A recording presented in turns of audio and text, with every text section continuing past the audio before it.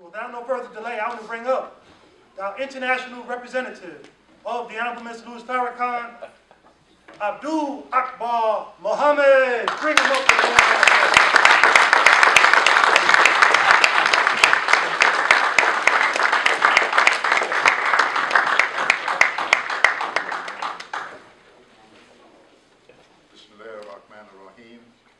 In the name of Allah, the Beneficent, the Merciful, I bear witness there is no God but Allah, and I bear witness that Muhammad is his messenger. I greet you in peace. Assalamu alaikum. Wa alaikum salam, sir. I'm smiling because I looked out in the audience and saw two brothers, in particular from St. Louis. Where's the third and fourth one? Rafiq, is Rafiq? Oh, are you talking about? Assalamu alaikum. So first, let me start. That warms my heart, you know, after so many years in St. Louis, and I was back there drinking a hot cup of coffee, not realizing that it would make me sweat. So, but I thank Allah for blessing me to be here this evening.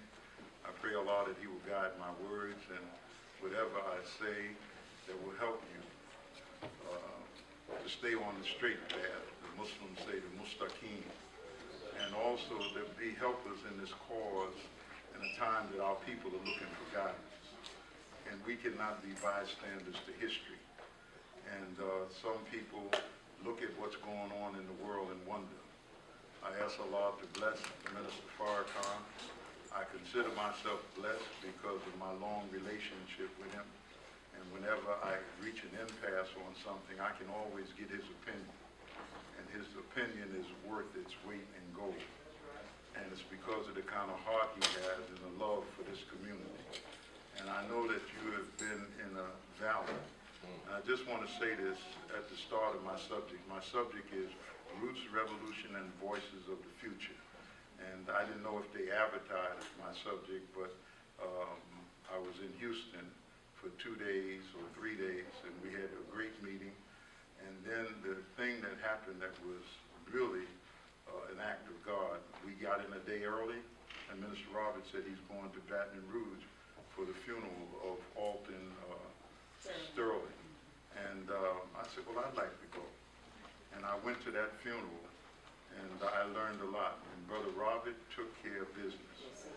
And I was sitting in the audience, and I was hoping that, because they kept passing over him, I said, I hope they let our brother speak.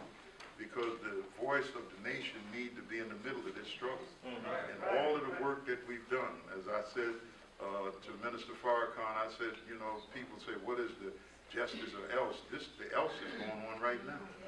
And the else is that black people in our struggle has taken center page. 2 days on the front of the Wall Street Journal was about our struggle. And even though they're in the midst of a rough political campaign, with a white man that's saying, make America white again. That's what he really means. That's what he's saying. He said, make America great. He said, make America white again. And he has no love for minorities. He may pay lip service to them because he's supposed to be the president of this country, and he has to speak for all of the people, but he's speaking for white America. That's what he's really speaking for. And the few black people who attended the convention that's going on in Cleveland right now, they look like flies in butter. Yes, sir.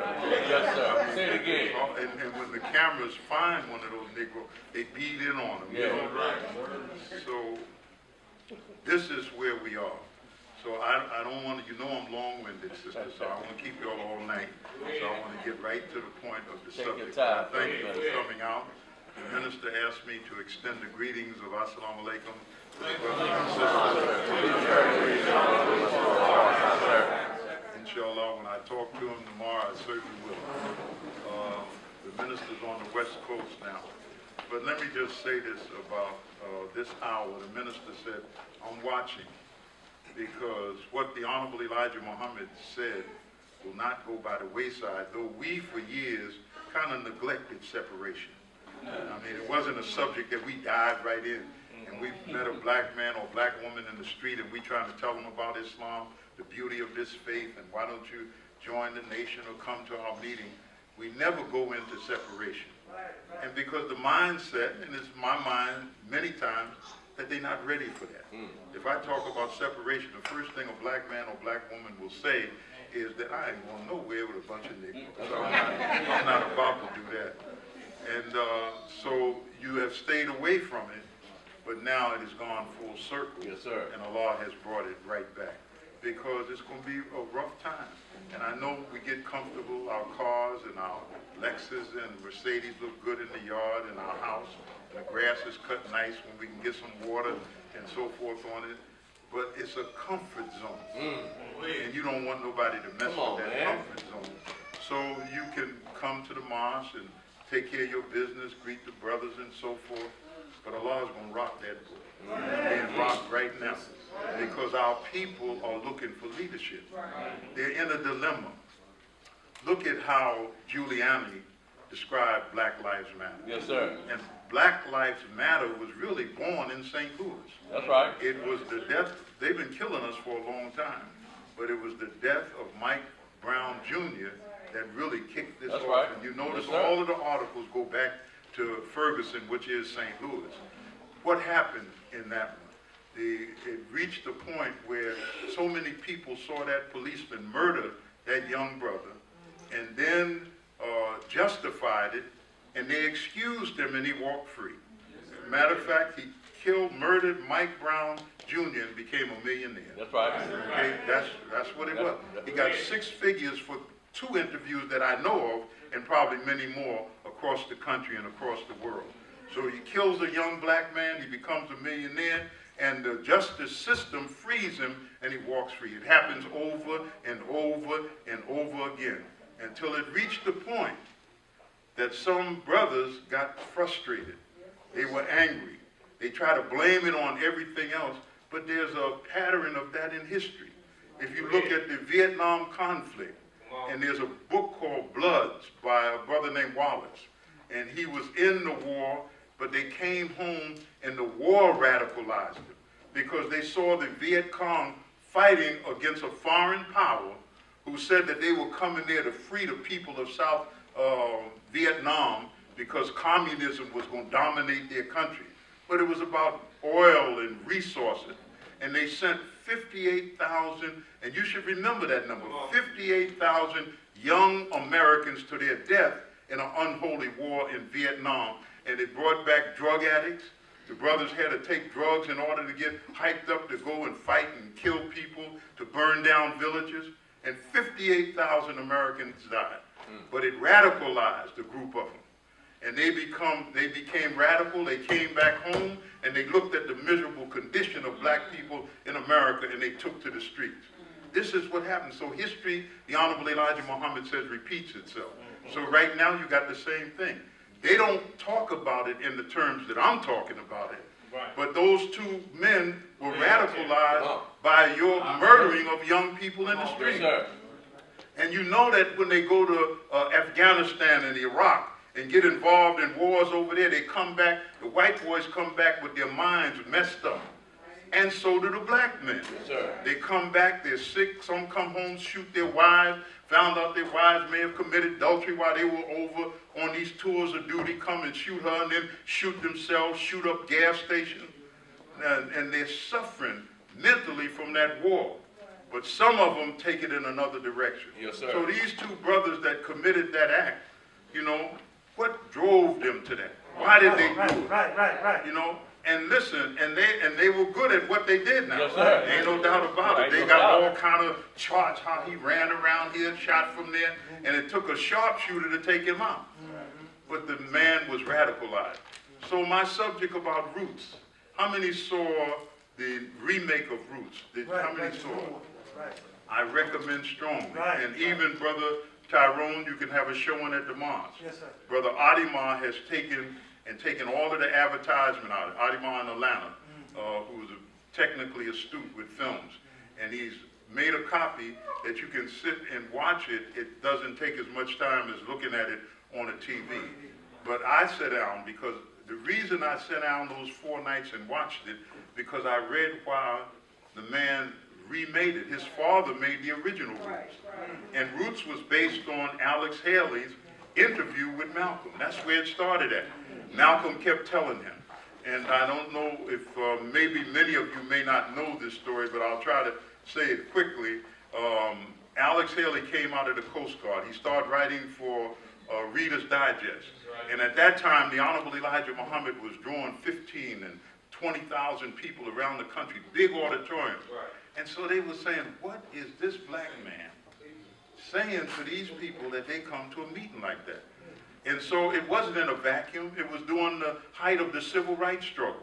And black people were groping and trying to figure out how they were going to handle this struggle. And everybody was preaching, be peaceful, don't become radical. But the Honorable Elijah Muhammad was saying, we weren't violent, but we were not trying to integrate and get on our knees and let white folks beat us down. Right. That was the bottom line. So people came out to the meeting to hear and look for direction, and the Honorable Elijah Muhammad preached to them. So this, Alex Haley wrote the article called The Most Powerful Black Man in America. That's right. And it's received wide acclaim. If you can go online and look at the old Reader's Digest, it was in 1960, I cannot tell you the month.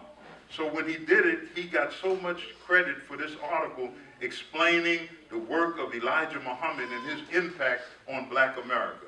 Then Alex Haley came back to Malcolm, who helped him to do the article, and asked Malcolm that I want to do the Honorable Elijah Muhammad's biography. How many know this story? I repeated. How many know it? Okay, enough in here don't know it that I can repeat it. Okay? So Alex Haley said, I'd like to do a biography of Elijah Muhammad. And so Malcolm took that to the Honorable Elijah Muhammad, and the Honorable Elijah Muhammad told Malcolm that my life is only written when a period is put to it. That's right. But he said, however, Malcolm, why don't you let him write about your life? How you heard Islam, came into Islam, and so people could understand that. So that's how the biography of Malcolm started. The autobiography of Malcolm. A lot of people don't know that. That's right. It was the Honorable Elijah Muhammad that encouraged him to do it. So he started with Alex Haley. And Alex Haley, Malcolm kept saying to him, you probably came from a Muslim family. You're probably a Muslim. All the Muslims in West Africa. I'm going to hold up a map for you and just show you the area where the Muslims came from. But Alex Haley didn't believe that. He didn't believe that, as most of us don't believe that, because the white man conveniently brainwashed us that we were savages in Africa. And that's why Negroes thank white folks for finding them in the trees of Africa with bones in their nose, bringing them to America and making them good Christians. You believe that. So therefore, when somebody tells you that you were a Muslim in Africa and you built great civilization, that sounds like a hype to you because you don't know it. See, and this is the important part of it. So after Alex Haley, a book came out in '76, and then this man, Wopo, who did the film, took parts of the book, put it together, but about a year or so, New York Times give the timeline, he sat down with his children because they were not interested in roots. And even black people were not interested in it, especially those who were babies at that time, were not even born. So when he looked at it, he said it has to be written again or shown again, but in a modern context that will resonate with this generation. And I'm going to tell you, I sat there and watched it. And being that I knew the background of how he was redoing what his father did, but trying to make it resonate with a contemporary audience, that's how you have that roots. And let me tell you how it resonated. First of all, when he showed Jufri, the village that Kunta Kinte came from on the Gambia River in Gambia, he said it was a big city. Right now it's a village of 600 people. It's where Minister Farrakhan built the Alex Haley Mosque and insisted to the Muslims there that it be named the Alex Haley Mosque because when we were building it, how many know about this? Raise your hand. Enough don't know that I can tell. Now, if half of the audience raised their hand and they know about it, then I wouldn't go over it again. But when we were there, when we were building the mosque, the Muslims in Jufri didn't want us to name it the Alex Haley Mosque because Alex Haley was a Christian. But the minister, and being that we were financing it, the minister pushed that no. He left money here and he was going to build a mosque. We're going to name it the Alex Haley Mosque in Jufri. So all praise is due to Allah. So we built that mosque. But the point was that it was a big city. And then this man with the new film, he talked about the training of a Mandinka warrior. Go ahead. Go ahead. And the legacy, passing down legacy. And that's what we have to understand. Right. That's really your roots. What kind of legacy do you leave for your children? Do you leave for your children a legacy? I joined the Nation of Islam and stayed there 2 or 3 years. Those Negroes got on my nerve and I left, okay? That could be the legacy. And then your child has no interest in it. Your child say, that's passe, I'm not interested in that. So you got to know how to leave the legacy because they are the voices of the future. It's your babies. Right. I got a son right now, I don't know where he is. Jihad in here? No, he's on, in the office on his phone. Could you please tell him to come in here? I know he thinks he's grown, but I'm gonna have to send Brother Captain John after. And there's a couple of games on there that people spend hours.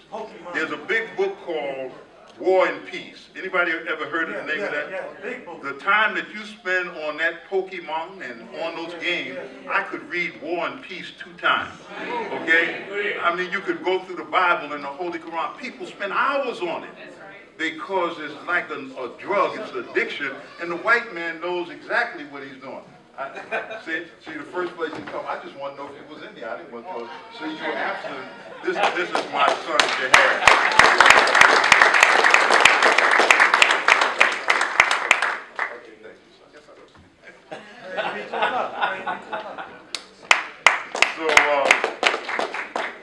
But they get you wrapped up in those games. Right. And some of you, you know, it's not that you're communicating to your office and sending them emails back. You're in there on a game. And the other ones got it in their ear all day. I'm calling. My son is a prime example. I said, Jihad. And he's there listening. He got the music going. So they take you away from what is real and reality and the kind of world that you deal with. And so it's called dumbing down black America. Keep those niggas, excuse the expression, as dumb as possible. Keep them hooked up in their music, their lifestyle. Keep them smoking dope and drinking and partying and so forth, chasing women. And as long as they stay in that position, we can go on and run the world. But they have become a problem to us. Go ahead.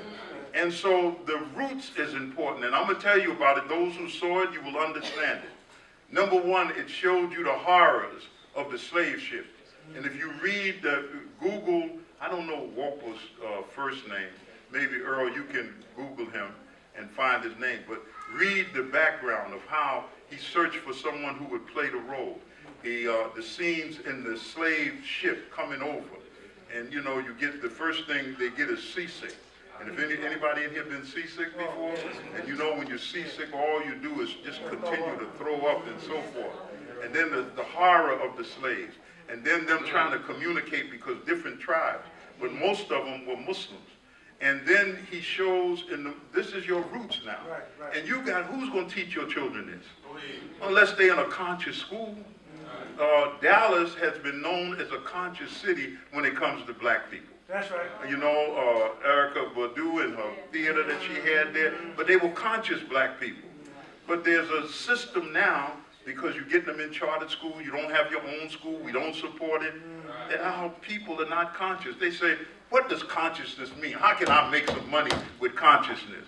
Consciousness is your soul. It makes you a black man or a black woman because your eyes are open. And when you're a dead black man, your eyes are closed and you don't know what's happening. Or a dead black woman. And that's why the enemy can fool you and deceive you over and over again. He can send you to a payday loan station and you paying $500 turns into $2,500 because your eyes are not open, you're not conscious. But when you know that white man, your eyes are open. And so when he speaks to you, you Kwame Ture should pop up in your brain. White folks don't lie. Sometimes they lie all the time. And so you look at him for him to drop the lie on you first. So let me just finish this. Roots are important. Some people feel, don't waste your time when you go to school studying that black history stuff. Is it going to make you some money? That's because you have been turned into a black dead capitalism. In capitalism, the real definition is organized greed. Everything centers around money. Everything is money. I got to have money. I got to have money. And the white man wants you to think like that. Yes, you got to have money. but there are some principles that are beyond money. Go ahead. There are things that you do. When we went out in the street and fished brothers off the corner and tried to get them straight and bring them to the mosque or went after our sisters, that wasn't money driven. Right. That was because this word had changed your heart, had made a different man or a different woman out of you, and you felt that the word was powerful enough to change others, so you went in the street and began to work on it. Yes, sir. So let me go back to roots. And then we're going to talk about the next part of my subject is revolution. Go ahead. And then the voices of the future, which are our children. Yes, sir. They are our asset. Yes. You know, don't throw them out and hope the best for them. You know, I hope they make it. It's like a farmer planting seed, and I hope they can make it through the weeds and so forth. He's got to cultivate it. It's the same thing with children. Because your real legacy is not for him to, when you die, to say he was a good father or a good mother, and that's the end of it, but what they taught me, what I learned from them. So they brought the slaves, and then you know the story, he was sold on a plantation. But he always remembered, and in this picture, the man actually showed him praying. And Fiddler said, I hope those prayers get you somewhere. And here's the important part of the film, if you remember it. He was making his prayers. In the old picture, they just talk about him not eating the pork meat, or that's all. You know, but you didn't hear him saying Allah or doing his prayers. In this one, they show that. But here's the important part. So they gave Fiddler to him, you know, and Fiddler was played by Forrest Whitaker. And they gave Fiddler to him, and Fiddler learned how to play a violin, so the master gave him some room. But Fiddler's job was to break this Mandinka warrior and make him a real slave. And they started with his name. They said the master was beating him and trying to tell him the name they chose was Tobias, or Toby, which is a Christian name. Toby comes from Tobias, which means the cross, the 3 in 1 and all of that stuff. So, but he wouldn't do it because the Mandinka warrior was a strong man. And the way that a woman cries out in the pain of giving birth, the men felt that they wasn't going to cry out, but that man was beating him. And Fiddler was saying, just say it, just say it. You know, almost beating him to death, and he was holding his position. Then, one night he was in the shed where he sleeps at, and he was singing the song, Legacy, Your Children, that his mother had taught him. And Fiddler stopped in his tracks and turned around. That's when I really caught the feeling of the picture itself. Yes, sir. And Fiddler said, that's the song my mother used to sing to me. And showing that they came from the same area or the same tribe, and he turned around. And then Fiddler kind of embraced him and protected him and kind of looked out for him. Right. Then there was a part in it that I was surprised that the white man would write. Yes, Put it on the screen. The tragedy of slavery and the pain of slavery. There is a book, and I'm sorry I sold the last few copies in Houston. And after I went to fruit class, the brothers came out and brought the rest of them. I don't have it. But many of you may have it on your shelf, but never pulled it down to read it. It's called Before the Mayflower, Lerone Bennett. How many have that book on their shelf? Okay? Pull the book out. It was written in, I think, 72. But pull it out and read the part about Africa and before we came here. I mean, I read it years ago. I had it in my bookstore. I must have sold thousands of them because I used to talk about it in the mosque in New York. And the one They Came and Changed, those two books. And I believe the Honorable Elijah Muhammad mentioned They Came and Changed. But it gives you a sense of the suffering of our people. But in the movie, what happened, there was a black man who was a blacksmith. He shoed the horses and whatnot. And if you remember, he was trying to be a good slave. And even when people approached him to do something, like escape or run away, no, I'm going to obey the master because I don't want him to sell off my family. I want to stay here. He was trying to be a good slave. And those that saw it, do you remember this part? And one night while he's working late for the master, shoeing horses, 3 white men went in there right while he was there next to it and raped his wife. And he became radicalized. Then he was, because his pain was so deep, he couldn't be a good Negro anymore. He just couldn't do it, so he got involved with those who were in the struggle. And then the writer of the picture showed a scene of Nat Turner's rebellion and how Nat Turner impacted them. And what it meant that even though we thought we had broken these slaves and made them our Negroes, but now they are radicalized and we can't control them. And that control is not that we're crazy or we're violent. The pain is so deep. Yes, I saw the pain in Baton Rouge at that funeral. And the people that were there were looking because the people were crying and screaming and so forth. Brother Earl was there, you saw it. And the way the women, some people say, well, boy, that's extreme. It's not extreme. It's a pain that you don't understand. When you get old and you die of natural causes or you're sick, then people can handle that. But when you're a young, vibrant man with 5 children who don't have an education but would get on the corner every day and sell tapes to feed your family, and 2 policemen come and murder you. Murder you over nothing. And then the pain of losing them, I saw the people crying. I saw them coming in screaming. They had to call the medic 2 times. And some people would look at that and say, wow, they're going to the extreme. They're not going to the extreme. You got to know what that pain is about. That pain can radicalize people. And so those 2 brothers that America took into the war, sent them overseas to kill their perceived enemy, which were all Muslims, and to shoot women and rape and pillage and burn villages as they did in Viet Cong. It radicalized them. That's right. And they came back and they got sick and tired of it. And their mental condition is unknown. Nobody brought them back and sent them to a shrink and took care of them.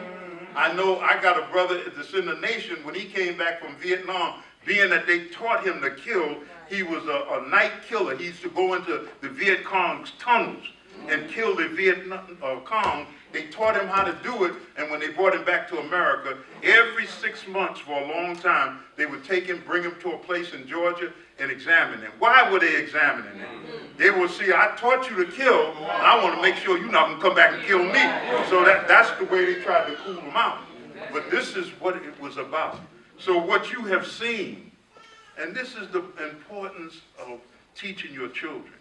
You got to guide them right. You're going to make them safe. And here's how they make them safe. When you get pulled over by the police. Yes, sir. So you drive now on guard, looking, see if the police. As soon as the light comes flashing in the back of you over a broken tail light, 2 black men were murdered in this country over a broken tail light. And then they tried to change the scenario because over a broken tail light, a man loses his life. And then they were using, Ferguson brought out to the whole nation that the black community was being used as an ATM machine. And every one of these little municipalities needed money. They got the money from the black community. Gave you tickets. You pay off 1 ticket, then they send you to another municipality to pay another. There's 1,800 police forces in America. That's too many. And why is too many? Because every little one got their own law, their set of law. So if you drive on a Monday night, I lived in Brentwood. On Monday night, there's a line in front of the little courthouse there. And the line is 99.9% black men and women waiting to go in there and give those white folks some money for some little petty stuff next to nothing. Speed limit 35, you going 40, they pull you over. You know what the speed limit is? And then they go through all of that. So this is why the training and the teaching of your son. I mean, you're a man. And they say, well, when he stops, say, yes, sir, and no, sir. I mean, I do that when they stop me. I say, yes, sir, no, sir. Put your hands on the thing. Say, officer, I'm going to get you the license out of there. I mean, that's trying to instill a kind of fear in you that is nothing but complete control. You're a man. Officer, what did I do wrong? Or you were going 40 and a 35. And if he chooses to give you a ticket, then let him write you a ticket. Step out of the car. Do this, do that. See, that's right. And demean you. You know, you have to read the history of Angola prison. You get a little bit of it's in Louisiana. You get a little bit of it in today's USA Today. When you saw the article about the museum that they're opening, the African American Museum in Washington. It was a slave plantation. They arrest you for some petty crime. You don't have money to make bail. Then you stay in there. Then they job you out to some manufacturers in the state of Louisiana. And you work, they give you inordinate prison terms. 40 years. What was he doing? Loitering and threatening to fight on the street corner. 40 years in jail. It's a form of slavery. So this is the importance of knowing your roots and working with your children, because we won't be here tomorrow. I'm in my mid-70s. And I know that it's limited how long that I will be on the planet. But what is my contribution? My contribution starts first with those children that God blessed you to produce. And you got to begin to groom them now, so that they know that they had a conscious mother. And mothers, you are the ones, because he's out working all the time. But you got to join forces with us, because we can't do this all over again. How come your son can be born and have no knowledge of the history of our struggle? Ask him 10 years from now, who was Malcolm X or Martin Luther King? Or that's the name of the street down there. But do you know anything about his life? What he stood for, what he fought for, what he struggled for? They'll have a street named after Minister Farrakhan. They'll have an avenue or books or schools. But do you know about the person? And if they don't know about it and they're not learning that in school, then that's a responsibility that we have. Let me try to go through this. So your roots are necessary. In that picture, when they sold Kedzie off, and when you saw her screaming and hollering, not only being taken away from her mother, but she was the property of another one of them wicked white men, known to the Nation of Islam as devils, who was going to take her as their property, and you watched in the movie him repeatedly raping her. Then she gets pregnant for him and has a son. And then the tragedy of the rape and the scenes in the picture that he showed, I was surprised. Because anybody who sits there and watches that, you have to be filled of total dislike and hatred of what we went through in slavery and what our women suffered. And they belonged to him like a piece of property. And every night he got sick of his white wife in that house, he would come out to the slave quarters and rape our women. Not, they try to soften it up, having sex with it. It was outright rape of the black man. And then you got a man like Thomas Jefferson. And you have to teach your children with Sally Hemings, how he took her to Europe with and had all of these babies by her. And he was the one who was authoring the Constitution of America and the Declaration of Independence, I should say. And there you go, sister. And raping black women. And the Hemings family and the Jeffersons now, they work together and so forth. But this is what we suffered. Your children have to know that, and don't let nobody tell you. You ever heard of a Jew telling their children, we're not going to talk about the Germans and what they did to us, because that's teaching hate. And those brothers who are in the hip-hop community, and you should send Snoop Dogg an email or text him and say, Snoop, I never heard a Jew say, I'm sick of looking at pictures on the Holocaust. How could Snoop say, I'm sick of looking at these pictures on slavery? He said See? that? Yeah, he said it. Yeah, he said it. But he don't hear from you, he'll continue to say it. You can tell him, brother Snoop, I'm your fan, I love you, love your music, I love you as an individual, but that statement was misplaced. The Jews don't say that. I mean, what's the guy that made Indiana Jones? Spielberg. Spielberg makes pictures over and over about the suffering of the Jews. You ever heard a Jew say, Spielberg, I'm sick of you making pictures about Jews in the Holocaust and the ovens of Germany. So you gotta be on that. But if you don't have a voice, because these are the voices for the future, and you gotta tell your children, they may have a fascination with Snoop Dogg. I always thought, I said, how's a man gonna call himself Snoop Dogg? And when he got to Jamaica, probably smoking some weed with them Jamaican brothers, they say, Snoop Dogg, you a lion, brother. If you want to be anything, be Snoop Lion. See? And when somebody said something that brought consciousness to him, he immediately changed. So this is our work. So let me move to the next part, the revolution. Bernie Sanders, who was running. And if I had to wish for anybody to become president, not just because he's a socialist, because he understands certain dynamics of America, and he understands how America, the strongest and most powerful country in the world, has lived on the lives of the poor and the disenfranchised and crushed us. That's how they live. That's how they make their money. And that's what they do. And so therefore, if there was anyone, but he said that we're going to have a political revolution. See, that word scares white folks. Yes, sir. This country was bathed in blood. It was built on killing and slaughter and slavery. That's how it was built. And now you got a wild card called Trump. Come on, man. He's a wild card now. He's a wild Himself card. an outsider. More ways But you than know what one. he said to us? This is how white America is thinking. That's what he said. Look at the people. Trump said, I can go on Fifth Avenue, shoot someone, and I wouldn't lose no vote. Could you imagine that? Because he tapped into the American people, and the Democrats are running around saying, the Americans are smarter than that. And I'll use Barack's word, really? No way. So let me just finish. The revolution. The revolution, as Minister Farrakhan used to so beautifully say in New York, is the changing of your mind. That's the revolution. Making you what you were not yesterday. And changing your mind. And there has to be a revolution in our life. Let me tell you about our revolution. When the Honorable Elijah Muhammad pulled us out of the grave, and what is so beautiful, when his teacher, Fahad Muhammad, came, he went around and talked to the people. That's all he did. That's where he started at. First there was the Word, and then the Word was made flesh. He talked to them, and he talked about their condition that they couldn't see. They didn't understand about eating hog. They didn't understand how they looked up to a white Jesus that the white man gave us. And we thinking that Jesus was God, and that we closer to white folks than we were, and we wanted to be close to him so we could be close to white folks. And so he worked on us and pulled us. The revolution was that he was able to get us away from hog eating and alcohol and this terrible life, dysfunctional families. All of us have family challenges and problems, but it don't mean that you throw the family away.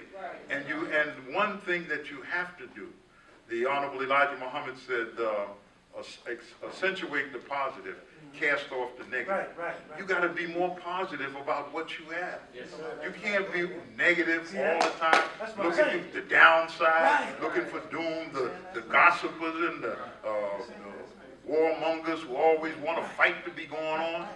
But you got to be positive. You got to look at life as it is. This is where I'm at in life. And listen, and I believe in God. And I know that if I keep going, that God will, by his grace, bless me to do better. But if you get up every day and you're in pain, you pop a few pills so you can get through the day, and somebody speaks to you in the morning, good morning. And you say, oh, I don't speak that. See, you're negative. Everything is negative. When you look at something, instead of looking at it at the positive side, because life is so short. And you got to get the joy out of life while you're alive. You got to do good things for people while you're alive. Brothers, you got to treat your wife right while you're alive. You know, don't say, woe is me, when the future go, I could have done better by her, or you could have done better by him. Do it now that you're alive. Take the time to show some love and compassion. And love don't happen overnight. It's not just a sexual attraction or a beautiful woman or a handsome man, but love is something that goes over the years. Love represents having someone by your side that you know will watch your back, somebody who is with you through thick and thin. That's what love is made out of. You know, you get mad at each other. I'm going to divorce you. I'm sick of this. I mean, it's so easy to say that. Then you go and think the grass is greener over there, get over there and find out it's just as brown as the grass you got back there. Say that. So the revolution is to change you. That's what it is. And as that revolution changes you, you know that you are a finite being. You know that you're here for a period of time. And it's what you do. And I watch these years roll by. And when you get older, it looks like they move faster. Before you know it, it'll be August the 1st. And when you think of August the 1st, you think of rent time. Okay, mortgage time. But it comes so quick. And this is the way life moves. So you have to take advantage of the time that God gives you on this earth. So how do you do it? Number one, you say, I have to leave a legacy. You know, my father did not raise me, my biological father. He joined the military in 1944. He was in World War II, and he stayed in the military until 1970. I saw him in between now and then, but I asked him one day, because I got bit by a dog in New York, a dog. They told me not to run, and I ran. The dog jumped on me and bit me in my behind. And they had to take me to the hospital. So that stuck in my mind. And I asked my father the few times, I said, if a dog attacks you, Dad, what should you do? He said, if you can find a stick or something long, go for his mouth. Go and try to stick it right in his mouth, and you'll find out he'll turn away and run away. Now, he didn't teach me nothing else in life, I have to say that. I love it. But that stuck with me all my life because it came from my father. And I'm saying this to you, brothers. You have some children out there. Some of them, you call them, they may and put their mother on the phone, and she says she ain't got no money, cuss you out and so forth. Yes, sir. But you got to keep that door open. That's right. And even if you have to do it, you got cell phones, you can text them. If you can't talk to them, but you got to keep that door open. Right. And the thing, teach them one thing. Teach them about consciousness. And don't be afraid to talk about the white man, because you're so afraid I don't want to teach my son hate. He's in a world full of hate. Come on, man. You tell the truth. When you tell the truth on the white man, you're not teaching hate. I'm a truth teller. That's what you got to tell. And the truth is that this white man has abused us and misused us. That's what you got to do. Because they represent the voices of the future. Now, we've been working all of these years, 56 years of my life. And it's almost like we're repeating the steps. When the mosque right here, you should have it packed all the time, especially right now. So, you know, I mean, you got to use things. Don't be afraid to say, brother, what we going to do in the future? Come to Muhammad's mosque. And the minister, you hold the map. I'm trying to get to these maps. Maybe the maps are calling me, say, Akbar, get to the map. You got, this is the time, this is your hour. The reason the mosque was packed in the early 60s, Malcolm had from 500 to 900 people at the mosque on Sunday. Oh, come on. Why was that? There was a combination of two things. Come on. That the joy we got in going out in the street and getting a dead black man who was strung out on heroin. Heroin was king in New York at that time, and the civil rights struggle. People were looking at all of this movement in the country, college campuses, the sitting at the lunch counters, the demonstrations, the bus boycott in Montgomery, Alabama. They were looking at all of this. And in the midst of that, 17 nations in Africa in 1960 became independent. So all of these Africans were coming to America. They were talking about uhuru, freedom, freedom. So in the midst of that, people were coming to the mosque because they were searching. And they had a spokesman at the mosque who was brilliant in his delivery. He was balanced in it. He talked a little politics and contemporary things that were happening in the world. And people, men decided to join. Women decided to join. And most of the sisters followed their husband into the nation. Some of you came in first, I know. But once the sister followed him and she saw a marked difference, and the man yesterday was drunk every weekend, going out and partying and spending most of the money, not taking care of business, all of a sudden, a revolution came and the man was changed. He was bringing his money home. He was going out with his children on the weekend. He was talking to his son. It was a change. When I first heard and I accepted, and then that June of 1960, the Honorable Elijah Muhammad came to New York. And Minister Farrakhan that day took up the collection. But when I was leaving the 369th Armory, I saw young brothers, looked like they were 20, 21, and they had helping their wife with the babies. And I really looked at it and I said, this is what I want to do. See, because I knew it represented a change in my life. Yes, my family was opposed to it at first. My mother, they didn't understand it. They were trying to, but they were not with me. But 20 years later, my mother was the biggest champion of the Nation of Islam. She remained a Christian. she said, if Elijah Muhammad can do this with my son, he must have something. Go ahead. And she respected it and she loved it until the day she died. Praise So we got work to do. Yes, And the work to do is we got to go after our people in an hour. Don't sit around like you don't know what to do. All of that wisdom you got, go and start teaching them. right. You know, the minister called for 10,000 strong, and you can ease it on them. Brother, yeah, we're going to have an army. They don't know what you're going to do. We don't carry weapons. You notice the white man don't write in the paper that this so-called terrorists, they call them, who kill these people, belong to the Nation of Islam. There's an article written out of Houston. I don't know if you saw it. Yes, sir. They said that he belonged to the Nation of Islam, and they should say right after that, but the Nation of Islam don't carry guns. Right. And all of their members, and especially their men, are encouraged not to carry Right. guns. And that's it. Now I know this is Texas, so all of y'all got a little gun at home or something. This only, Akbar is only my hunting rights. You understand? Ask you in a dark corner, you want to go and hunt some white folk. But the Honorable Elijah Muhammad said that we shouldn't carry weapons. But the point is that they don't say that. They don't say it. So these white Americans, and you know how slow they are, they just assume that we are armed and that we are a threat. Right. So the bottom line is that you got to get ready for tomorrow, and we got to create these voices for the future. Now I want to segue into something. First, I bought a table for the items to sell, and it allows me to move around. Right now, I'm on a mission to raise money for my son, his second year in school, and the brother said the other night that Akbar shouldn't have to do that. I do have to do it, unless you got some money for me. You got about 30 grand that you're gonna give me in a minute. So I mean, I ain't got so much pride. I got children going to college. I got a girl starting next year, Rakaya. Those who know it, she's be a senior this year, and she's blossomed as a beautiful, smart, intelligent young lady. So I thank God that all of my children by my first wife, 7 daughters, all of them went to college.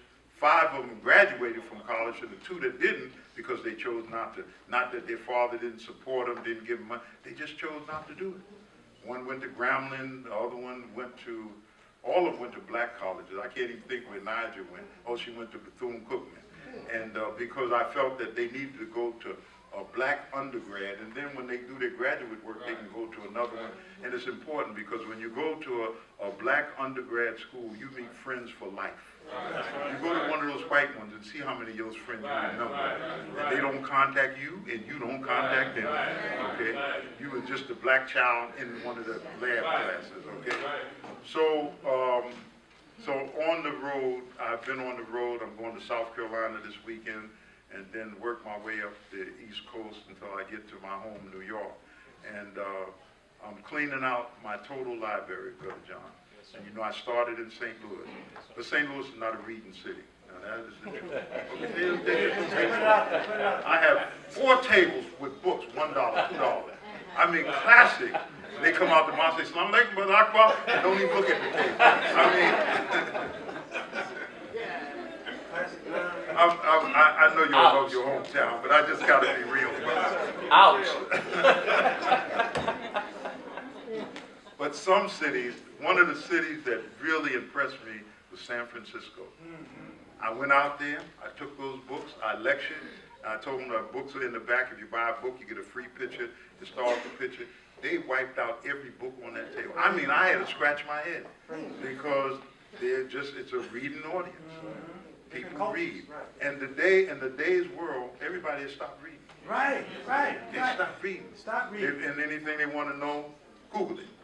And we don't even have, you know, whether it's Wikipedia or Google, but we got to compare stuff. Right.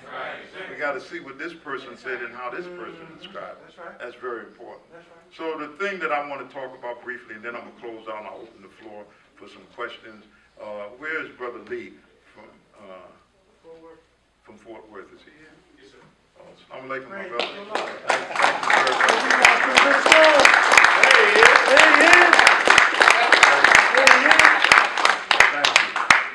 I want to thank Brother Captain John because I called you based on the conversation I had with him. And but let me just say this. I want to talk briefly about what's happening in the world. And one thing that I remember in my early life as a Muslim, I was downtown New York selling papers. I was the top paper seller in number 7 for quite a while. That's how I got on the roster. Praise be to And Allah. I opened a ministry class. Praise And be. one day I was down, and it was my secret weapon, because people were trying, how did he knock off his 300 papers that quick? You wrestling with 25 papers. Imagine, we had 300.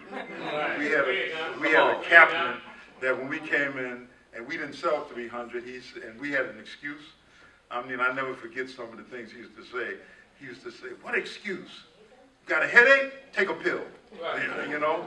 But, and he said, poor excuses are a sign of weakness. That's right.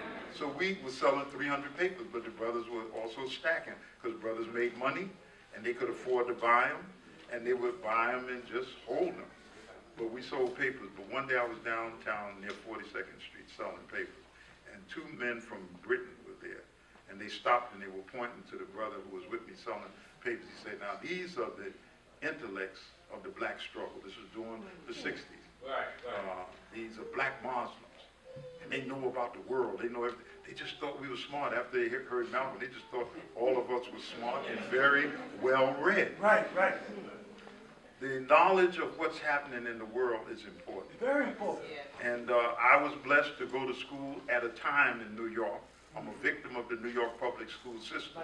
But one thing that they taught was geography. Yes, yes. Do they teach geography in school? They have a geography class in school today? Most schools don't. They don't. They have a class called civilization. They hit at a few things. But we literally had geography class where the teacher had a map. I want a couple of brothers to, can you bring the world maps, the world map? And I have African maps. We ran out of them, the world maps. But if you want some, my wife is at the table in the back, and she'll take your name and email address, and we'll see how we can get them to you. And even if you go on Amazon and order the maps, they're not this size. They charge the same amount, but they're big. Is this the world map? I need 2 brothers. I need 2 tall brothers. That's the world map? The world. Well, y'all, listen. I mean, Dallas, y'all got all these St. Louis brothers here. I mean, y'all got a movement on Dallas. Somebody's easing into St. Louis. Now, don't forget, now, I'm not unmindful that there's some people in here listening where you should listen for good. You're listening for the white man.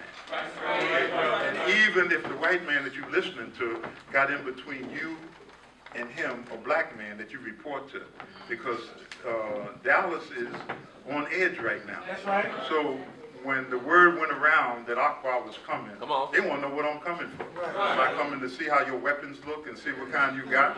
You know, am I coming to foment some trouble? And so they want to send you. So when you go back and report to him, you tell him it was a good lecture on world history. Go ahead. That's what you say. Go ahead. And then you tell him that I learned some things that I never even thought about. Right. Bring it over here a little closer. In the 60s, brothers were going to Vietnam. And Vietnam is located right over here. Most brothers didn't know what it was, where it was, or what was it. They didn't know. That's your fathers. But the white man was drafting them and sending them over there to fight and die in a foreign land. And then you have right here Algeria. You see right here? Yes, sir. Let's see if I got it. And I got one, I think, right here. Right here, you have a big country in Africa. I think now between this and the Democratic Republic of the Congo, as far as land area, they're the largest. But there was a war there between the Algerian people who were dominated by the French. And the French had set it up, introducing French culture. You were not educated unless you spoke French, not your mother tongue of Arabic, taking you away from the principles of your religion so that you could be more European. And then a man named Ahmed bin Bella, the Honorable Elijah Muhammad, had a beautiful thing on the front of the paper. And you can go now on probably YouTube and get the Battle of Algiers. How many saw the Battle of Algiers? Okay, so the people rebelled against an enemy, but how did they rebel? What happened is when the French, here's France right here. When they were fighting in Indochina, because the French ruled Vietnam, Oh, really? they took these soldiers there. And it's an unbelievable history. The Battle of Dien Phu and General Gap, who beat the hell out of the French army, drove them out. The French left Vietnam and warned America about going in, but America said, we America. We the baddest on the planet. And they went in there and got their behind kicked. They took over the Ho Chi Minh's army, took over the country. The Viet Cong ran them out, and then took the city of Saigon to really spit in America's face and named it Ho Chi Minh City. That's what happened. But here's the point I'm making, that these Algerian Muslim brothers were taken over the world to fight the battles of France, and they came back home and looked at the miserable condition of their own people, and they began to rebel against France. But they had Uncle Toms. Right. Those who loved France more than they loved Algeria. Right. Those who loved the French way more than they loved the land of their own people, and so forth. So they fought with the French against their own people. You're going to have Negroes in this struggle who do the same thing. Right. I mean, the Honorable Elijah Muhammad painted out clearly Right. on Muhammad's speech where the boat was leaving, and there were Negroes who wanted to stay with the white man. You're going to have to make that decision Right. one day. That's right. And there's a book, and John and them know I mentioned it quite a bit in St. Louis. It's called Negotiation, written in 1983. I can't remember the whole book. I read it so long ago. 1983, by a black man in Chicago. I get his name mixed up. Something Gilbert White. Did I have it right? Master, my assistant back there. Bernard Gilbert. Huh? Bernard Gilbert. Bernard Gilbert. He wrote the book called Negotiation, and I was fascinated by it because America had reached a point where they had to call a referendum that black people had to vote whether they want to stay with America or whether they want to leave. Your arms all right, brother? Yes, sir. You all right? Yes, Okay. Whether they wanted to leave. And so the referendum came out. It's just like the BRICS, the vote that Britain just went through, that everybody thought that Britain was going to vote to stay in the EU. Okay, this is a major event in the world. It may not have been anything to you because maybe you didn't understand the politics of it. But the vote shocked them. Even the Prime Minister of Britain resigned because he couldn't manage over a Britain or the UK that had separated from the 28 countries in the EU. Yes, sir. So this referendum came up, and the black people voted to separate, and it blew everybody's mind. Then in the book, this is the part I can remember clearly. Now the book is a novel, so it has some pretty raunchy sex scenes in it, okay, because it is a novel, and some people feel if you write a novel, you got to have some kind of sex in it in order for it to sell. But the book, the main part, is that they had to select someone who could negotiate with the government of the United States for our separation. That means we had to negotiate. Lincoln wanted to send us to Central America, right here. Now, I'm showing you this map because instead of you got a picture of Britney Spears and Kanye and the Armenian girl, what's her name?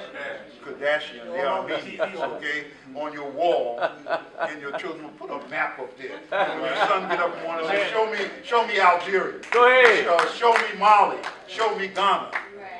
And you'll find out. Show me the United States. Where's Canada? Where's South America? What is the Caribbean? Where's Cuba at in the Caribbean?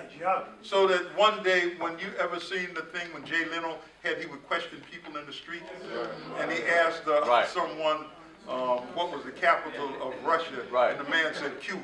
I mean, this is how dumb the American people are. Right. Yeah. Right. And so, but that knowledge is not going to come unless you take time to do it.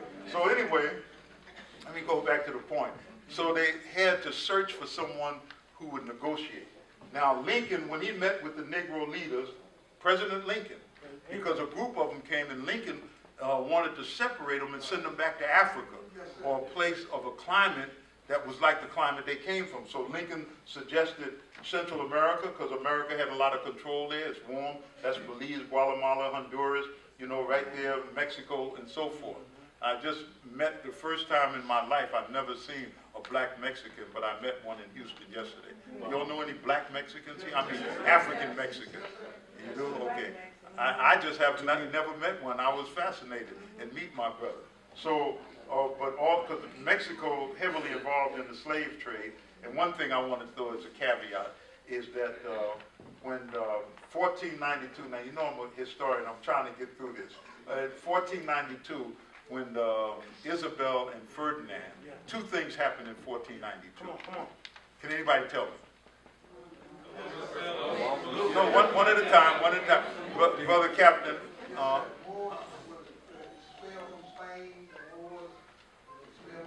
Okay, why did they call them Moors? Why did they just call them Muslims? Why did they say the Muslim? But you notice they never say Muslim. They say the Saracens, the Moors. Okay, they don't, that's right. They don't want to identify that Islam ruled Spain for 800 years. So, the point I was making, I'm trying to get the point now, but so you have to know that in this book, Lincoln met with the Negroes, and Lincoln said to him, and I may not quote it perfectly, but you can order the book, and Brother Earl, who really helps me, and I thank Allah for him. Brother Earl, you have to see if Lincoln and the Negro is still available. And in it, Lincoln said that as long as we stay together, there will be a superior and an inferior. Right. And I, as any other white man, ascribe the superior position for me and my people. So he was encouraging them, let us, this was a great mistake that we made. This is a burden on America because in the face of God, it was a hideous crime. And the crime was to drag you out of Africa, bring you into the Caribbean and America, and make you slaves and cut off all of the light from your mind and make you as dumb like an animal. That was a crime. And they were trying to get away from the punishment that they knew. And Thomas Jefferson said, I fear for my nation to think that God is just. It means that what we suffered, that God is going to punish them. And they know it, so now they're trying to deal with it. So Lincoln said that, but in the book, they had to find someone to negotiate. And so they got a Japanese computer firm, and they came up with the name. And it was a man from the south side of Chicago. And when you read the book, it kind of describes Jesse. But he had to meet with the people. By that time, they had built an airport in Lake Michigan. And he had to go to Washington to negotiate with the government for our separation. Now, the whole premise of him writing the book came from the teachings of the Honorable Elijah Muhammad. Because the Honorable Elijah Muhammad was the one who talked about separation, but they call it separatist group, like it's something evil and so forth. They separated from England. England ruled them. And England ruled these 13 colonies, and they fought a battle called the Revolutionary War and separated from England and formed their own country. But most black people don't have the vision to say that, well, one negotiation is to get those 5 states that the Honorable Elijah Muhammad said. And there's a white group in America, I think it's in the Turner Diaries, that showed how America would be broken up. It said, give these black folks those states so we have our own land. And then there was a black man that the Honorable Elijah Muhammad worked with named John Cashin. He died, he has since died, he was a politician, but he purchased our land in Alabama and Georgia.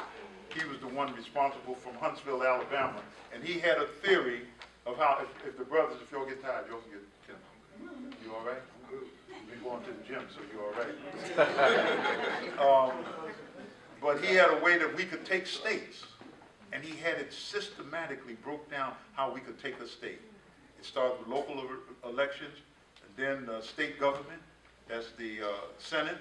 And then after you get your people in place, and all of those in New York and California and Texas that left the South, go back and get a piece of land. Buy an old raggedy house so you can have an address there and you can vote there. And then when it comes voting time, you vote, you seize a state. And the power that a state has, he was explaining to me, he says most people don't understand it. A governor, that's why the governors of Illinois always got in trouble going overseas and making deals that were not straight up. More governors went to jail in Illinois than any other state probably. But governors had the power to do foreign trade. Governors are over the National Guard, which is an army in that state.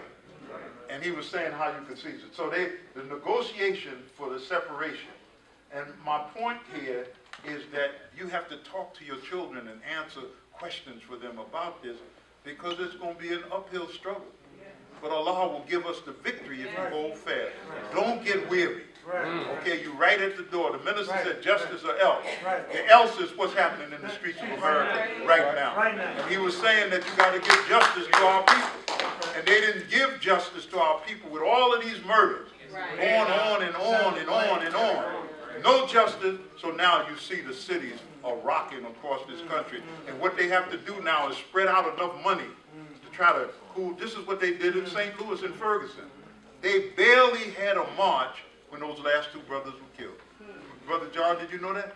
Barely could get 100 people in the street. Yes, sir. And you started the whole thing. So why is that? Because they spread enough money. And most of us are hungry for money, and for money we begin to lose our principles. So I want to do one more thing, and then I'm going to close it out. How's the time? What time is it right now? Good. 8:30. 8:30, okay. I want to have you out here quick. Okay, so this is a map of the world. I'm sorry, this is the last one I have, but if you get it, and you can frame it nicely, plaque it and frame it, then it got all of the flags and so forth. And I brought them back from Africa because I felt that I go around the country and talk to believers. And the thing that you can see is an enlightened believer. I've been to, in the world, there's 194 countries registered at the UN. Then you have other countries that are small countries, but I've been to 154 of them. Okay, and so my travels with Minister Farrakhan and witnessing how people receive him and so forth. And so my travel around the world makes me want the Muslims to understand what is happening to the Islamic world. Right now in Saudi Arabia, there's a problem. Here's next to Saudi Arabia is the country of Iran, where I just came back from with the minister. And Iran has 80 to 90 million people. 90% of them Muslims. Wow. And Iran is at odds with Saudi Arabia and even have banned the Iranians from coming to Hajj, which is going to light up the Muslim world. Then the Muslims, they're having a march in Washington this weekend, and they're so weak. They sent a letter to the minister, but they didn't want the minister really to speak. They just invited him. And then the minister said, Akbar, go back and get the details. What do they want me to do? They want me to come and sit there so that they can recognize. We have Minister Louis Farrakhan here. And while they talk, and so the march is problematic. And they never answered in the affirmative, we want the minister to speak. How can you have a march with Muslims talking about their pain, but they want to talk about their love of America? And if I could dig deep in it, I guarantee you the Democratic Party got some money in this game. They got a dog in this march. And, so that they can talk about Trump banning Muslims from the country, and we welcome all, and you need to vote for the Democratic Party. So when they said people who put up the money, they said, if you invite Farrakhan, we got to pull the money off the table. That's why we got to be independent. That's why we got to set up business and have our own money and not depend on them funding everything that we do. So I just wanted to say this about it. One last thing. I mentioned, could you step over a little closer? I know these brothers. I need two more brothers on the African side. I mentioned earlier, and this is important for you to do when you get to your children, you talk to, you can start at Senegal. And Senegal is well known for Gorée Island and so forth. And you can, well, actually Mauritania too, but Senegal, because Mauritania has blacks, but mainly Arabs. So from here all the way down, you can go down as far as Gabon. Right here, they brought slaves from this whole coast. And there were great civilizations there. Songhai, Mali, Ghana. These civilizations were dominated. Ghana was the only one that the Ghana civilization, not just the country of Ghana, because when Ghana became independent, a man named Dankwa suggested to Kwame Nkrumah to name the country, not the Gold Coast, that white folks named it, but call it after the great civilization of Ghana. The Ghana civilization was dominated by non-Muslims but ruled by Muslims. And this whole area here, that's how you get the Gambia, Kenta Kunte and so forth. This whole area going down in Nigeria. Nigeria is 72 to 75% Muslims, okay? This whole area is Muslim. So in the book called The Atlas of the Transatlantic Slave Trade, it took 12 years to make the book. It was printed by Yale University. They printed limited edition. It was a $50 book. But in the book, what fascinated me, it showed where the slaves were, and the ones that were desired. The slaves from what is today Sierra Leone, the Gambia, and all of this area, they wanted them because they knew how to grow rice, cultivate rice, and the white man did not know how. Anybody here from the coast of South Carolina? Anyone? Anyone? Okay. Where you call geechees or rice eaters and so forth. In New York, we loaded with South Carolina. Okay. But they showed the number of slaves that were brought from this area. They actually have numbers. They kept records. See, you think it was some random thing, some old white boy came out of Europe, put some chains on a boat, sailed from Liverpool, came down here, put some heathens in a boat and brought them to America and made them slaves. This was a scientific operation. They built in Newport, Rhode Island, they built slave ships, laid them out. How many slaves could fit in? What is the attrition rate? How many will you lose going across the ocean and so forth? How much air would they need? So this was a science of evil. So I'm saying that many million, and I want to just try to close this if I can. They say, Brother Akbar, land that plane. I'm trying. Okay. Right here, what you have on this coast is a lot of Muslims that came. So it was growing by leaps and bounds all over the country. The Honorable Elijah Muhammad's name was echoing. People feared him. They printed a magazine called the Horizon Magazine, a hardback magazine. I think it was a quarterly magazine. They did an article called Black Muslims. And when you open it up, there's a beautiful picture of a Nigerian Muslim, black, like the Southern Sudanese. You know, brother, if you don't mind, brother, stand up right behind there. You, the brother that's beautiful, yes. They were black like him, or a little black. But look how beautiful. So in this magazine, I got the magazine. You know, I had a bookstore, so everything came by me at least. But I read this article with fascination, and what really got to me is there was the Methodist Monthly magazine printed for slave owners in the South had an article in there how to deal with your Muslim slaves and what they're good for. I mean, it really, now this is back in the 60s. It really blew my mind, but it was like a confirmation that many of us came. And then today, Sylvia Duke's book, In the Name of Allah, and she goes into it in details, even the churches and the things that you did in the church. Everything we could do in as Muslims, those that held on to the practice. There's a book by Ahmed Akbar, a former ambassador from Turkey in the UK, who left and began to write. They hired him in America because they were trying to understand this phenomenal growth of Islam in America. So he wrote two books, Journey into America and Journey into Islam. And in his second book, he goes to the islands off the coast of South Carolina and digs up the slave roots there that were Muslims. And these societies, Bilal and all of them, showing that we came from a Muslim background. The last point I want to mention on this, I'm going to try to make this the last one before I go to the other maps. Okay? The last point I want to mention on this is that Malcolm kept telling Alex Haley this. Alex Haley didn't believe him. And Alex Haley rejected it. But yet and still, it was true that thousands and thousands of Muslims came here as slaves. So when you heard Islam, it was already in your DNA somewhere. Yeah. It was lying dormant.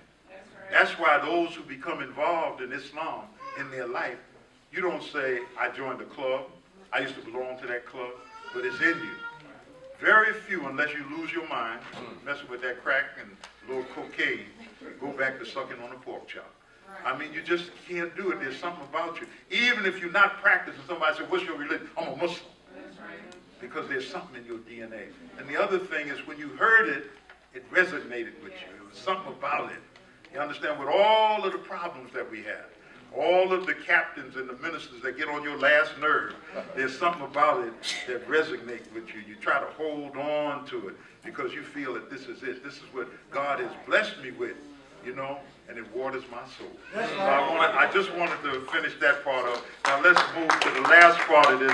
Thank you very much. Okay, brothers. Can I get two more brothers, okay? Now the world map I recommend to you. You can talk like when something happens in the world, such as what happened in Turkey recently. Can you hold that 1 second? Because I don't think Turkey's a good shot. One of the others. The Honorable Elijah Muhammad, here's Turkey right here. A country of about 85 million. I would say 85% Muslims. There's the Armenians. That's the Kardashians. They're the Armenians. And in 1915, they said Sultan Hamid drove the Armenians out, and it was genocide. They're the ones that wrote the book, We Charge Genocide, because of that. But Turkey is an important country because it's a country that sits on Europe and Asia, and it's through the Bosporus that's mentioned in your message to the black man. But now there's a problem in Turkey, and the root of the problem could be a man, they say, who is in America here, Fethullah Gulen, in the Poconos. Usually, when there's an opposition leader to a government, and he's in your government, like in America, America is usually supporting them. And so America is having difficulty with Erdogan, the prime minister, now president of Turkey, and they may be behind the military coup that failed. And you know why it failed? It failed because the people did not want a military government to lord over them, and they took to the streets, and it was a failure. And now they're criticizing the president of Turkey for arresting so many people. What do you want to do? It's like when the Palestinians, women are raped by the Israelis to make them talk. Do you expect that the Palestinian will go say his prayer and have an atonement day and ask God to forgive them? No, you radicalize him. And that's why they're willing to give up their life, because of what you have done and your hideous behavior towards the people. So Turkey now is at the center of the world. Whether it will survive this or not will remain to be seen. Okay, thank you, brother. Now my last point that I'm going to try to make, I'm going to have them to bring up these other maps, a map of Africa. I'm sorry that I don't have that many books, but the brothers who are into hip-hop, you know, Vibe folded in 2014. And the Vibe magazines are collector's items. So if you got some at home, dig them out. And then go online and see what they're selling for. Each one of them that I got a price on in the back, you can stand there with your computer, go on Amazon, or what's the other one that you go on? Amazon or what? eBay. eBay. And see what they're selling for. Now, I sold a brother one, I didn't know it was worth $169. And I was in outside of Atlanta at a Ramadan retreat. And the brother put the bag on me. Because he wanted that magazine. And I sold it to him for $10. And I haven't heard the end of it from my wife and my son. But we got some collector items, and they're dear to me because I didn't know my daughter, who passed away from cancer, Medina, I didn't know she was a collector. And I was going through her stuff. All of the old newspapers that I sent her when Barack took office and Kennedy's death, she actually saved them. And it takes a certain kind of mindset. Now, some people, that stuff don't mean nothing to them. But they're historians. These things are treasures. Okay, and I happen to be one. And then the other day, I took all of my final calls, because final calls are like sacred. And so they're early 1979 and 1980. And I put them in a box. I brought them out to one of my speaking engagements. So I said, just make them $2. And a sister came. I thought she bought 50 for them. She bought 24 of them. and I had my son to go get her address and phone number and her email address, because I told her I may have to call on her and purchase them back from her, because I didn't know what was in there. I just put them on the table. So those of you who are new to the nation, and there's one paper back there that the price of it is $7, but exactly what's happening today, the Honorable Elijah Muhammad's article about it, about police brutality, and showing a cartoon that was drawn by one of the great cartoonists for the Final Call, showed the Klan beating a man down, and then showing it transitioning to an officer in a blue uniform. Okay, that's what it shows. Okay, this is Africa, and I just want to do this quickly. It's 54 countries in Africa. Recently in the news, you heard about the Sudan. The Sudan at one time was the largest land base of one country in all of Africa. The largest population in all of Africa is Nigeria, with about 170 million people. Wow. And then you have Egypt right here, that the Europeans always try to make it's in the Middle East. Right. What is the Middle East? If I got any sense, and you know when they tell you that Egypt is in the Middle East, you should say, I was born at night, but not last night. Egypt is in Africa. Okay? So, and then Libya, there's complete chaos. They overthrew Gaddafi, killed him, and they're using this against Hillary Clinton because she was running the foreign department, state, Secretary of State. Overseas, it's the foreign minister. America's the only one that called it the Secretary of State, but she was running that, telling Barack what he should do, telling Barack that he should back the European powers and bomb Libya and get a no-fly zone, and then eventually kill Gaddafi. And since he was killed, this country has been in chaos. And I know that the Libyan people, when they say their prayers at night, they ask Allah to forgive them for what they did against Gaddafi and allowing him. They could walk at night. When I was in Libya, 11 o'clock at night, I could walk the streets, go anywhere I wanted to. I mean, and it was just a society, a beautiful society, but now it's in complete chaos. So they just freed Gaddafi's son, Saif. And the reason they didn't kill him like they killed the other son is they felt that Saif knew where the money was. And they knew that Gaddafi was sitting on billions of dollars in gold, foreign currency, and so forth. And if anybody knew Saif, and they knew if they killed Saif, they would lose it. And if he tells them, Saif was smart enough to know, if I tell them where the money is at, they're going to kill me right after that. So he said, I'll just sit in jail and suffer. So finally, the country's in so much chaos, they freed him. And we will see how things unfold. Okay, so now the Sudan, and I'm just trying to bring you up to the news that you hear on the radio or see on TV. Now, you may not have no interest in this at all. It's just not your cup of tea. It's fine. But there is someone, it is their cup of tea. They want to know. So be patient with me, okay? This is the Sudan. I lived in Ghana for 12 years, but if I had a choice of living in any other country in Africa, it would have been the Sudan. They say, why? It's dry, you know, and so forth, and because they're black and they're beautiful Muslims. They got the soul and the heart of a Muslim. So when they became independent, January 1st, 1956, Ghana was 57, right? Yes. They became, and they say Ghana was the first independent country in black Africa.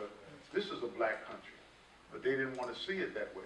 So when the British ruled here, the British made the South a closed zone. This is the South. This is where the black people live, real black, I mean tall. Manute Bol, you remember him? Yes. Okay. You see how tall he was? The Nuer and the Dinkas are the two dominant tribes, and then the next one is the Shulus. But all of them have tremendous height, and they're very black and beautiful people. So what happened is in the South, being when the North became independent, and they set up schools and everything in the South, that the white man wanted to keep closed because he knew it was oil, gold, and other items there. I was just reading on a report that we were doing, the riches of South Sudan. They kept it closed because they wanted it. So when they finally, America accused Sudan of slavery, and all of that was a lie that they created in order to divide the country, because Sudan was friends of the Palestinian people. They had many camps there and so forth, and the Israelis are the ones who encouraged this. So July 11th, July 9th or the 11th, 2011, they voted and they became independent. And since that day, they've been fighting and killing one another. Right, right. And it's really a tragedy right now in the southern Sudan. The oil came from this area, and the oil used to go up and go out of Port Sudan right here in northern Sudan. But what they wanted to do was to build a pipeline all the way through here. No, they wanted to go this way, excuse me. They wanted to go through Kenya to Lamu, that's on the coast. They never could get the pipeline built. And this is a major issue because America is the one that supported it financially and backed this separation. So therefore, the death and the destructions of hundreds of thousands of people, as I stand here right now, is at the hands of the United States of America. Their errant foreign policy. Now, the richest piece of real estate in the entire world is right here. You know it as Zaire, and you only do it because Muhammad Ali and George Foreman. Okay? And the Democratic Republic of the Congo. There's enough wealth here to rebuild Europe and America all over again. Go ahead. The wealthiest piece of real estate in the world. And then, you know, South Africa, I'm not going to go into details. Botswana was blessed because they found their gold and diamonds after the white man left. And so, therefore, they are very rich now, very rich. And the reason I'm showing you this, countries like Namibia, just over 1 million people, maybe 1.7. So when we begin to negotiate for a land in Africa, there's countries that have tremendous land. And in many of these countries, Minister Farrakhan is loved and well respected. Yes, so sir. we got to develop our foreign ministry team. Right, You know, I got to pass this baton of traveling to some young brothers and sisters who want to see the world and engage in the world for the good of the nation of Islam. Yes, sir. So I want to thank you very much. The last map, could you get the last map for me? The last map, now this is maybe a little too advanced for your children, but excellent for you. And the reason that I like this political map, and you know, when you look at something to put on one of your walls, this is a political map. And the beauty of this map, it goes to all of the African countries. Even they had to add this one, and this is Salva Kiir, the president of Southern Sudan. So that country is the last independent country of Africa. But it goes through, starts with Algeria, Angola, Benin, and it says the presidents. It gives you first their population. It tells you who was the colonial master, and so forth. Then it goes to the list of presidents of those countries. And then when you see one that you recognize his name or you want to study, just like in this country here, Burkina Faso, Thomas Sankara, who was a young brother and a musician, an artist that Minister Farrakhan met with when we were in Burkina Faso. He loved the minister. Then he was overthrown by, some people say Compaoré was his cousin. And he was overthrown, and now Compaoré is overthrown, and the country is having a tremendous problem. But you can go through all of them. You can go through the different countries. Here in Cote d'Ivoire, where they're showing Ouattara, that's the current president who is a Muslim. If you look at that, turn it a little. He looks like the Muslim, the minister there. Yeah. You see this man right here? Right. You can see the map. But you know, the Buji is a small country, Eritrea, that got its independence in 1993. I had the honor to fly with the president to his first OAU conference with President Rawlings. Rawlings and I developed a good relation. Here's the Gambia, Yahya Jammeh. Many of you may have heard of him. He's doing a conference now in the next month on Africans in the diaspora. And here's Ghana and its long history and the presidents of Ghana. And here's Libya. This is the man that took over after Gaddafi died. He only lasted about a year and he was out of there because he just couldn't handle it. But this is, and it goes on, you go to South Africa and stuff. So you could talk to your children, and when they look at it, they say, well, Burundi was ruled by the French, and even the Belgians had a little to do with Congo, Brazzaville, and Congo, Kinshasa, the two places. Here's Ethiopia, well-known Egypt, all of the presidents of Egypt, Gamal Nasser included, who loved the Honorable Elijah Muhammad. And you go right through it, and then it gives them the kind of interest in Africa because they know something about the leaders. You ask the average black person in the street to name you 5 African presidents, and they'll get lost.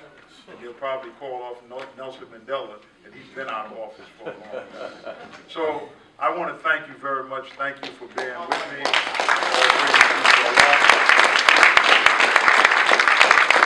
what I'm going to do, I'm only going to take 3 questions tonight.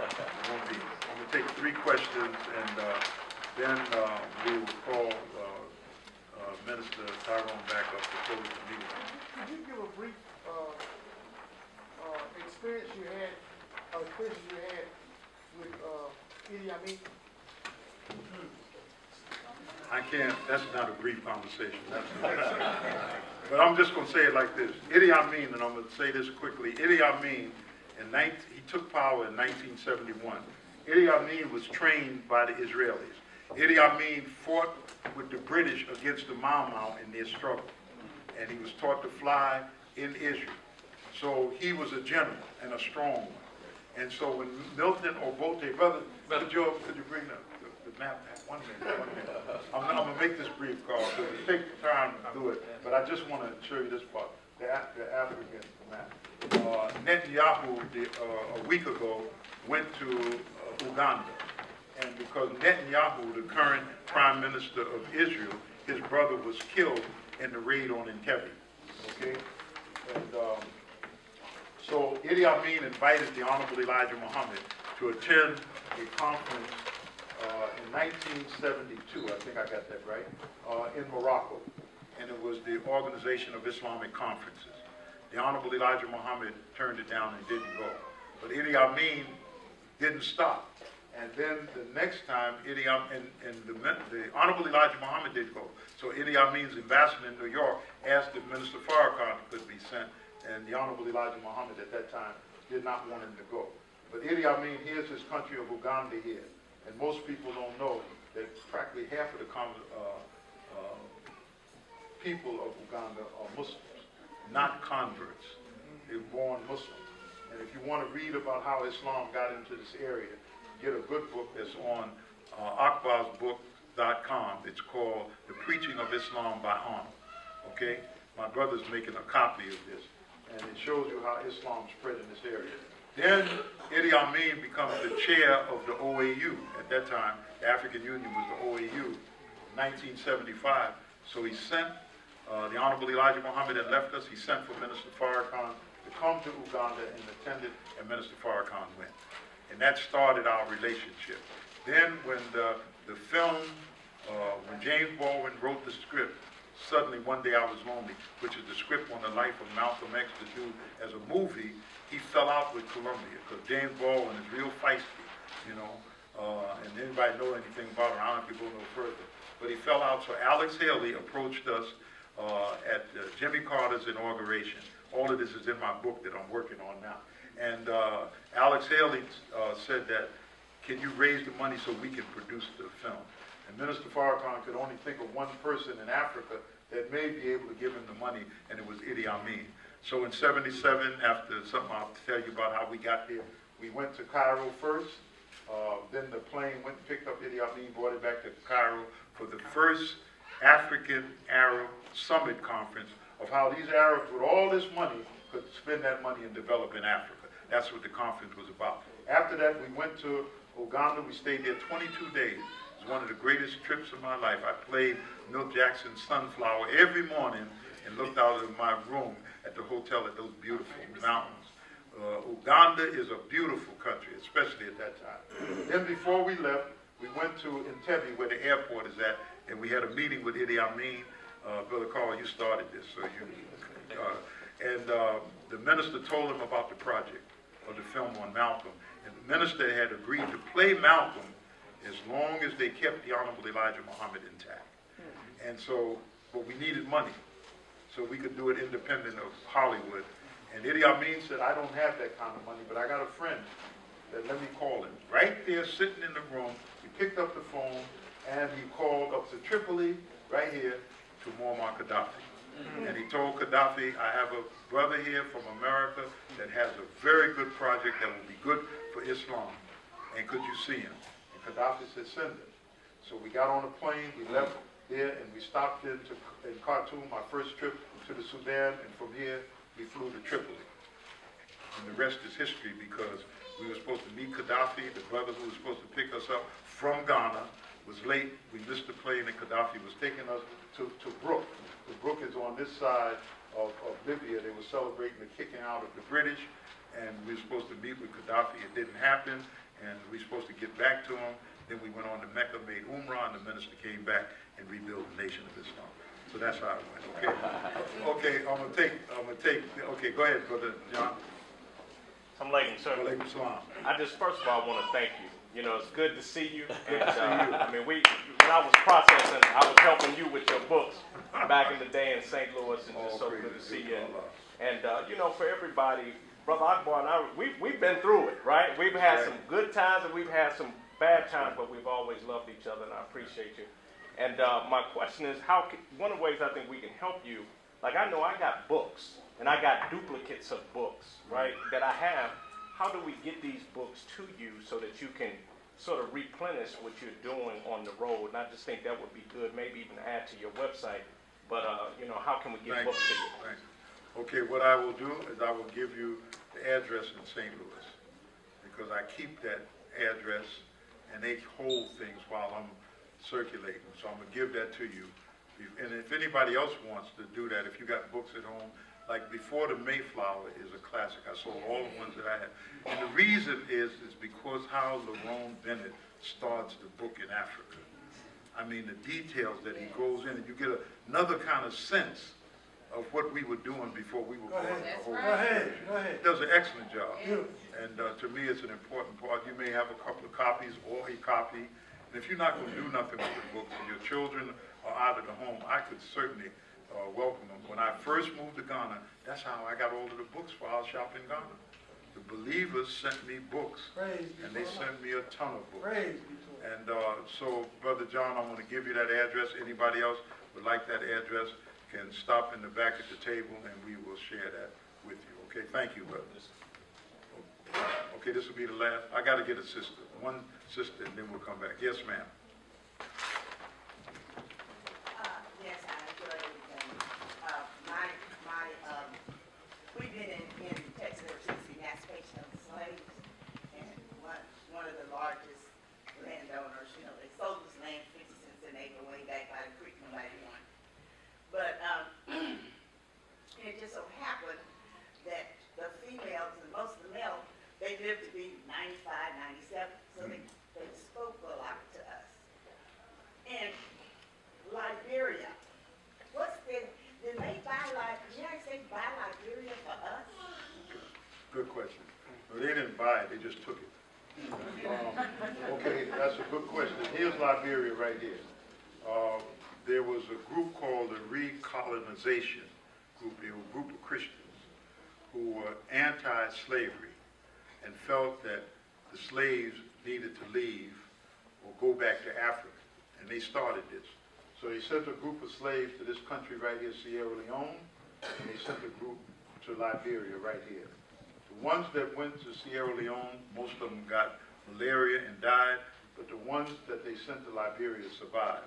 And some of the slave masters who had children by black women put their children in that group. That's why the airport is named Roberts Field.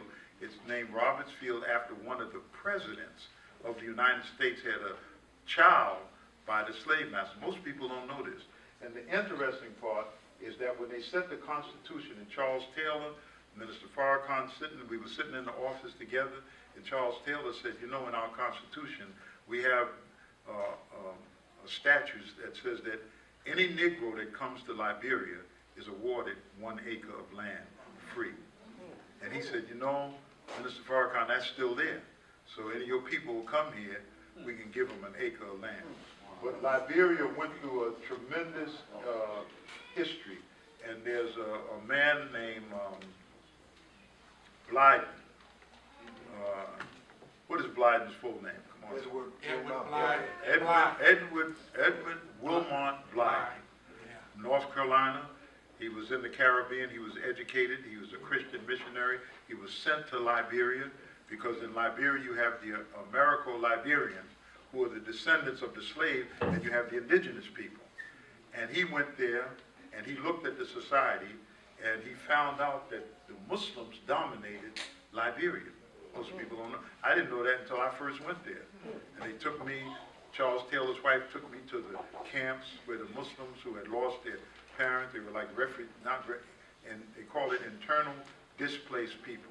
Different from a refugee that's outside of his own country. And so this country became really the property of America. I just found, going through my collection, I was showing it to my wife, I said, look at this book I found. It's called Bells of Shangri-La. And it's about the American government at the beginning of World War II. They told the Liberian leadership that the Germans were going to take over Liberia and seize all of the rubber plants. Firestone brought 1 million acres at 3 cents an acre. And they used it, it was like their plantation. And, but the war, they needed rubber for the tires and so forth. And they floated that rumor, and they stationed American soldiers in Liberia to protect them. And in exchange, Liberia would become the registry for ships. That's why you see ships registered in Liberia, because America gave that to the Liberian in exchange for those soldiers. This book was about how they set up brothels for these soldiers, mainly white soldiers, and some black soldiers went. Ozzie Davis was one of them. It's a fascinating history about Liberia. She now has a woman, Mrs. Sirleaf, who is the president. She's going out, and there's a few people that are going to run for president. But and Bob Johnson built a beautiful hotel that everybody stays at now. He suffered a little in Liberia, but the country is rich with gold, diamond, bauxite, iron ore, and tremendous timber. So how many are interested in doing business in Africa? Okay. Well, what we could do is we could have a seminar, and this is not just for Muslims, but guests who want to do business in Africa, and we will tell you some of the keys, you know, some of the opportunities. And you can't have scared money. You know, in order to make money, you got to be willing to invest, and pray to Allah that your investment comes through. Otherwise, you'll always be from paycheck to paycheck, but you got a cause. See, and your cause is bigger than putting 5 cars in your garage and 3 Honda bikes. You understand? It's bigger than that. Or you'll follow, what's the basketball player who's got all of a total game room with 100 games in. Can anybody name him? I can't call it. Shaquille O'Neal. You know, and then put a big picture of all of this madness in Jet magazine. And the white folks sit there and laugh at him and say, see how I got this Negro spending his money? He got 20 cars. He got a game room with 100 games. Each game costs about 95 grand. I mean, come on. And he could take that same money and invest it in doing business in Africa, where he will be helping people and also making money for worthy projects. So if you're interested in doing that, we will, Brother Earl, who has a mining concession in Tanzania, because Earl, if you don't mind, let me tell a little bit of your business, okay? And I mean your personal business. He wanted to buy, he was interested in gold, always been interested in gold. He's from Las Vegas. So he thought he'd go to Africa and buy gold cheap. And that's the worst thing you can do. Because gold, people don't look for sales of gold, it sells itself. It is always a scam. So he decided, well, maybe I'm going after this wrong, and found that he could get a concession for gold in Tanzania, and they had just begun to find gold in Tanzania in large quantities, and so he went there and opened a business. So he can, and he has a company, Green Africa, and he can come and give you the ins and outs of how to invest in Africa, how to pool your money. You know, he was explaining to me today crowdfunding. I mean, I knew nothing about it, but he gave me the concept, showed me what it was. And you can pool your resources, as the Honorable Elijah Muhammad says in Message to the Black Man, and do something constructive with yourself instead of trying to just live from hand to mouth and then wasting money on the trinkets that white folks dingle in front of you. Okay? So, I don't know how did I get there? Thank you for the question on Liberia. Okay, so this is the last question. Yes, sir. Assalamu alaikum. Wa alaikum salam.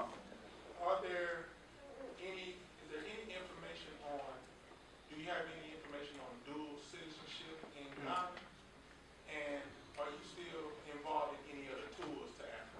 Yes, okay, Brother Earl, could you pull up Samima's number? My daughter has taken the tour, so if you have a pen or your cell phone, put this number in. She's doing one this December. She can package, like say everybody in here in this group wants to go to Africa. She'll package a trip for Dallas. I see my sister who went to Africa with us, and where's my other sister who, she went to Africa? Yes, and how many went to Africa with Akbar Muhammad? Okay, see, so we got one. This is your daughter here, right? Yes, sir. Okay, look just like Mama. And, but that trip to Africa is an investment in memories. My sister told me today she was just thinking about the trip. It never leaves you because there's almost a natural desire in you to put your feet on African soil. Never leave you. You know, and that's why I always tried to make sure people had good trips, that they wouldn't come back and badmouth Africa and so forth. But it never leaves you. You don't shake it. It lives with you till the day you go to your grave. When you go to those villages and travel up country and see Africa. Most of the people that went with me at that time, we went through Egypt. Egypt is in trouble right now. And it's difficult to go through Egypt and have the kind of quality time that we had years ago. But you can certainly go to Africa. Most people want to see South Africa. But it's like a part of Europe until you go into the outbush and other places. But there's plenty of countries, Tanzania and Kenya, beautiful countries, you know, I mean, really, really beautiful countries. But there's many places in Africa that you can travel to. So what is that number? 678. 678. 549. 549. 4775. 4775. Okay? So Samima, S-A-M-I-M-A-H. S-A-M-I-M-A-H, Samima Aziz, my oldest daughter. Okay? She does trips, package trips, and so forth. And I go along as the consultant. I'll be there with you as long as she hires me as a consultant. Okay? Okay, I want to thank you very much. I'm going to bring the minister back. I'll be in the back if you have any further questions. I'm sorry, the books are limited, but they are back there. And we are raising money for Jihad. He has a letter. Where's Jihad at now? Is he back on that cell phone? So I'll be in the back. We're going to close the meeting now. I want to thank the believers from Fort Worth. It's about an hour's drive from here. Thank you very much.